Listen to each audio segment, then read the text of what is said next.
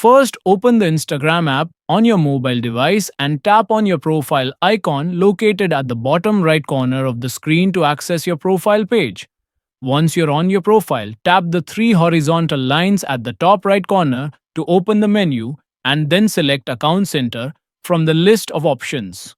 In the Account Center, tap on your information and permissions and then choose Download your information to begin the process. Next, tap on Download and Transfer Information and select the Instagram profile from which you want to download the data. Tap Next, and you will be given two options: All Available Information or Some of Your Information. Choose some of your information to customize the data you wish to download. Scroll down the list and select Followers and Following, then tap Next.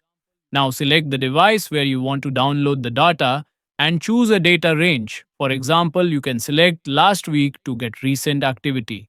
Tap Save and then choose the file format in which you would like the data to be downloaded.